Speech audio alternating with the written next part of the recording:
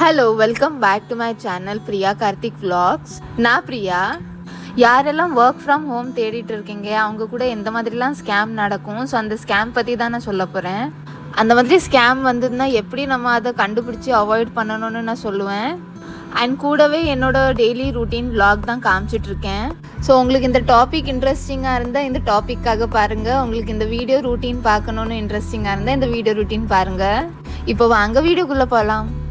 Okay, so morning என் ஹஸ்பண்ட்க்கு இன்றைக்கி சூப்பராக ஒரு குஜராத்தி பிரேக்ஃபாஸ்ட் தான் பண்ணி கொடுத்தேன்.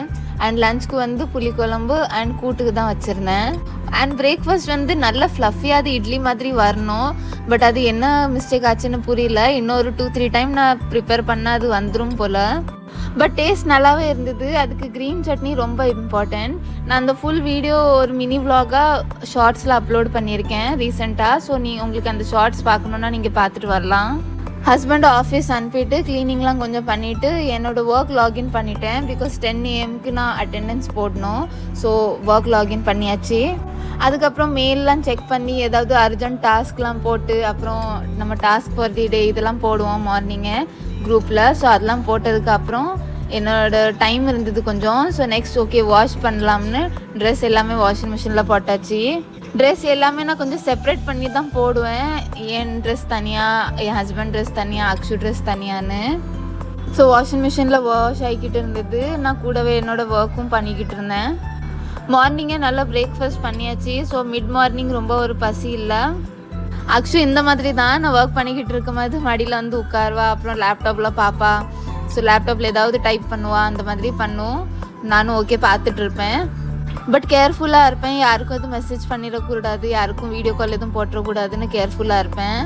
அதுக்கப்புறம் லஞ்சுக்கு ரைஸ் அண்ட் புளிக்குழம்பு கூட்டுக்கு தான் வச்சுருந்தேன். ஸோ அதுதான் லஞ்சுக்கு சாப்பிட போகிறேன்.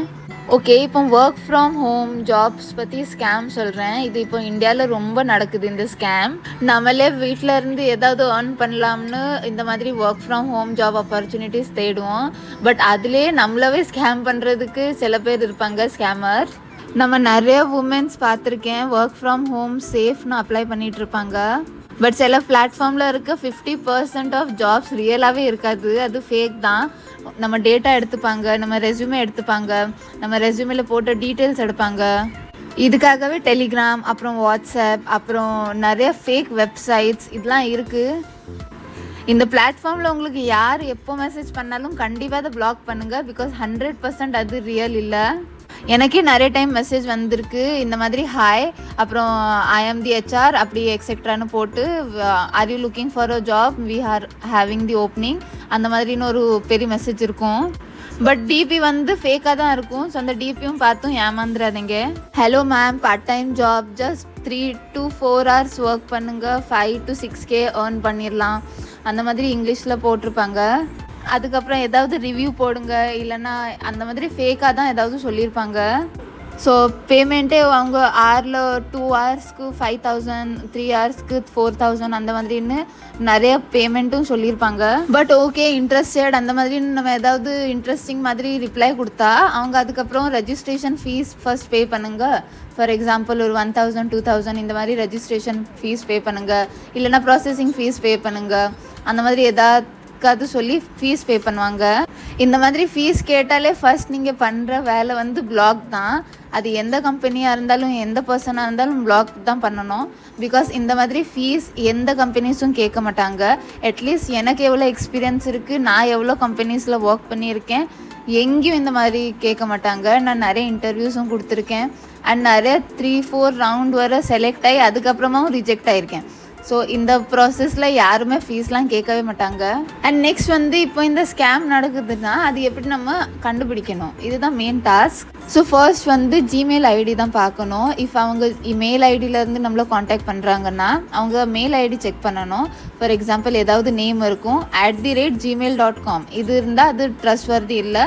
பிகாஸ் ஒரு கம்பெனியை நம்மளுக்கு அவங்க கம்யூனிகேட் பண்ணுறாங்கன்னா @company.com.in அந்த மாதிரி கம்பெனி நேம் தான் @ இருக்கும், ஜிமெயில் இருக்காது. அதுக்கப்புறம் நோ அஃபிஷியல் வெப்சைட், இல்லை டைரெக்டாகவே வாட்ஸ்அப்பில் காண்டாக்ட் பண்ணுவாங்க. நீங்கள் எங்கேயும் அப்ளை பண்ணியிருக்க மாட்டேங்க, அவங்க வந்து ஏதாவது ரேண்டமாக ஒரு வாட்ஸ்அப்பில் மெசேஜ் பண்ணியிருப்பாங்க. அப்புறம் இல்லைன்னா பர்சனல் பேங்க் டீட்டெயில்ஸ் கேட்பாங்க. ஃபார் எக்ஸாம்பிள் உங்கள் பேங்க் பாஸ்புக் ஃபோட்டோ, இல்லைன்னா pan card photo, Aadhaar card photo, இந்த மாதிரி அவங்க சொல்லுவாங்க இந்த ஐடென்டிஃபிகேஷன் பர்பஸ்க்காக வேணும். அந்த மாதிரி ஏதாவது சொல்லி இந்த மாதிரி ப்ரூஃப்ஸ் வாங்குவாங்க. இல்லைன்னா உங்கள் ப்ரொஃபைல் நாங்கள் ரெஜிஸ்டர் பண்ணுறோம், ஸோ ஓடிபி வரும், அந்த ஓடிபி சொல்லுங்கள் இந்த மாதிரி. அப்படி இல்லைன்னா ஹை பேயிங் சேலரியாக சொல்லுவாங்க. ஃபார் எக்ஸாம்பிள் 1 ஹவருக்கு 3000, இல்லை 2 ஹவர்ஸ்க்கு 5000, இந்த மாதிரி பெரிய அமௌண்ட். நம்மளுக்கே புரியும் இவ்வளோ பெரிய அமௌண்ட்டான்னு. ஸோ இந்த மாதிரி பெரிய பெரிய அமௌண்ட்டாக ஸ்டார்டிங்கில் சொல்லுவாங்க. உங்கள் எக்ஸ்பீரியன்ஸ்லாம் எதுவுமே கேட்க மாட்டாங்க. ரிட்டனாக எதுவும் இருக்காது. ஒரு ஃபார்மல் மெயில் இல்லைன்னா ஒரு ஃபார்மல் அக்ரிமெண்ட் இந்த மாதிரி ஆஃபிஷியலாக எதுவுமே அனுப்ப மாட்டாங்க. இந்த மாதிரி என்ன உங்கள் கூட நடந்தாலும் இது எல்லாமே ஸ்கேம்னு கண்டுபிடிச்சிருங்க அண்ட் அப்படியே பிளாக் பண்ணிடுங்க. அண்ட் ஈவன் லிங்க்டின்ல கூட நிறையா ஜாப்ஸ் இருக்குது, அது ஜென்யூனாக தான் இருக்கும். பட் இப்போலாம் கொஞ்சம் ஜாப்ஸ் அந்த மாதிரியும் போடுறாங்க, போஸ்ட்டாக போடுவாங்க மோஸ்ட் ஆஃப் தி டைம். இந்த போஸ்ட்டை நீங்கள் லைக் பண்ணுங்கள், இந்த போஸ்ட்டை நீங்கள் காமெண்ட் பண்ணுங்கள் இஃப் யூ ஆர் இன்ட்ரெஸ்டட், நாங்கள் உங்கள் ப்ரொஃபைலை செக் பண்ணுவோம், இந்த மாதிரிலாம் சொல்லுவாங்க. ஸோ அதுவும் ஃபேக் தான் most of the time. And LinkedIn ஆப்லேயும் சில டைம் உங்களுக்கு டைரெக்டாகவே மெசேஜ் பண்ணியிருப்பாங்க, ஏதாவது ஒரு லிங்க் கிளிக் பண்ணுங்கள், அப்புறம் இதில் ஃபில்அப் பண்ணுங்கள், அந்த மாதிரி ஏதாவது சொல்லியிருப்பாங்க. ஸோ நீங்கள் ஃபர்ஸ்ட் அந்த பர்சனோட ப்ரொஃபைல் பாருங்கள், இது உண்மையான ப்ரொஃபைலா, அப்புறம் நிறைய செக்ஸ் பண்ணுங்கள். செக் பண்ணதுக்கப்புறம் உங்களுக்கு இது கரெக்டாக தோணுச்சு அப்போ தான் அந்த லிங்க்கை கிளிக் பண்ணுங்கள். டைரெக்டாகவே போய் லிங்க்கை கிளிக் பண்ணாதீங்க, பிகாஸ் அது ஸ்கேம் லிங்க்காகவும் இருக்கலாம். ஓகே, இப்போ இவ்வளோ ஸ்கேம்ஸ் பற்றிலாம் பார்த்துட்டோம். பட் இப்போ ஜென்யூனான பிளேஸ் எங்கன்னா எப்படி அப்ளை பண்ணுறது, ஸோ அதுதான் இப்போ பார்க்க போகிறோம். ஸோ சொன்ன மாதிரி லிங்க்டின் ஆப், நீங்கள் லிங்க்டின் ஆப்பில் உங்களோட கம்பெனி இல்லைன்னா உங்களோட குவாலிஃபிகேஷன், உங்கள் ஸ்கில்ஸ் இதெல்லாம் நீங்கள் சர்ச் பாரில் போட்டு உங்களுக்கு எந்த ப்ரெஃபர்ட் ஜாப் வேணும், ஃபார் எக்ஸாம்பிள் ரிமோட், ஹைப்ரிட், இல்லைனா ஒர்க் ஃப்ரம் ஆஃபீஸ், இந்த மாதிரி என்ன ப்ரெஃபர்ட் லொக்கேஷன் போட்டு நீங்கள் அதுக்கப்புறம் சர்ச் பண்ணுங்கள். நிறைய கம்பெனிஸ் வரும்.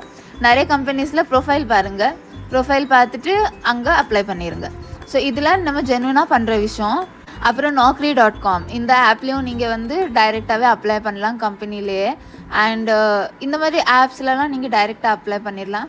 பட் மோஸ்ட்லி நீங்கள் கூகுளில் போய் சர்ச் பண்ணி அப்புறம் ஏதாவது வெப்சைட்ஸ் வரும், நம்ம ரேண்டமாக கிளிக் பண்ணி அப்ளை பண்ணுறதை விட இந்த மாதிரி ட்ரஸ்ட்வர்தி ஆப்ஸில் நீங்கள் டைரெக்டாகவே அப்ளை பண்ணால் நல்லது.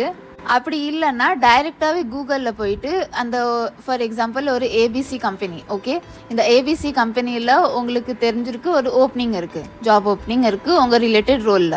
ஸோ நீங்கள் அந்த ஜாப் ஓப்பனிங், அந்த கம்பெனி நேம் abc.com, இது வெப்சைட் கூகுளில் போட்டு அந்த வெப்சைட் கம்பெனிலேயே கரியர்ஸ் பேஜ் இருக்கும், அந்த கரியர் பேஜில் போயிட்டு நீங்கள் அப்ளை பண்ணலாம்.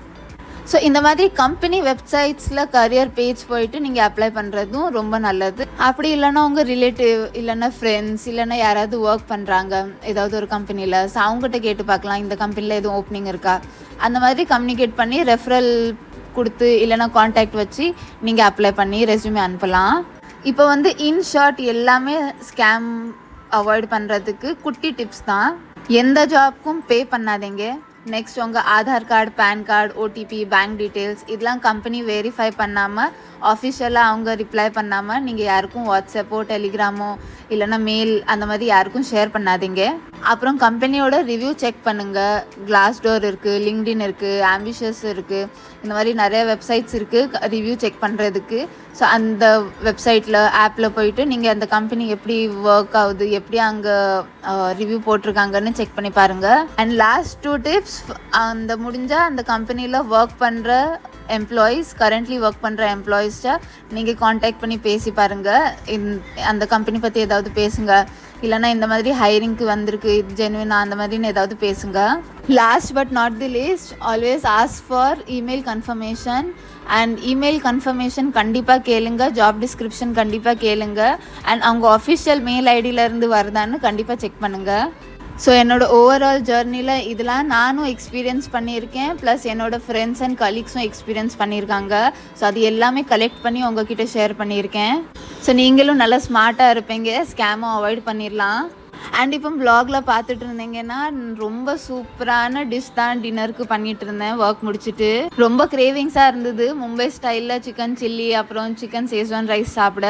ஸோ எல்லாமே வீட்டிலே பண்ணிட்டேன் நான். ஈவன் சேஸ்வான் சட்னி கூட எங்கள் வீட்டிலே பண்ணிட்டேன். அது ரொம்ப சூப்பராக இருக்கும், ஸ்பைஸியாக நல்லாயிருக்கும். அப்புறம் போன்லெஸ் சிக்கனில் நல்ல சிக்கனும் சில்லியும் பண்ணிட்டேன். அண்ட் மற்ற சிக்கன் நம்ம சேஸ்வான் ரைஸ் அதுலேயும் போட்டேன். Same to same restaurant style தான், கொஞ்சம் கூட டிஃப்ரென்ஸ் தெரியல இது வீட்டில் பண்ணதா ரெஸ்டாரண்ட்டில் பண்ணதான்னு. அப்படியே நம்ம வீடியோட எண்டுக்கும் வந்துட்டோம். இந்த வீடியோ உங்களுக்கு யூஸ்ஃபுல்லாக இருந்தால் லைக் பண்ணுங்க. இந்த மாதிரி ஸ்கேம் நடக்காமல் இருக்கணும்னு நினச்சிங்கன்னா ஷேர் பண்ணுங்க உங்கள் ஃப்ரெண்ட்ஸ் ஃபேமிலி கூட. அண்ட் சேனலை ஃபர்ஸ்ட் டைம் பார்க்குறீங்கன்னா சப்ஸ்கிரைப் பண்ணுங்க. உங்களுக்கு ஏதாவது டவுட் இருந்தால் காமெண்ட் பண்ணுங்க. நான் நெக்ஸ்ட் வீடியோவில் பார்க்குறேன். பாய்.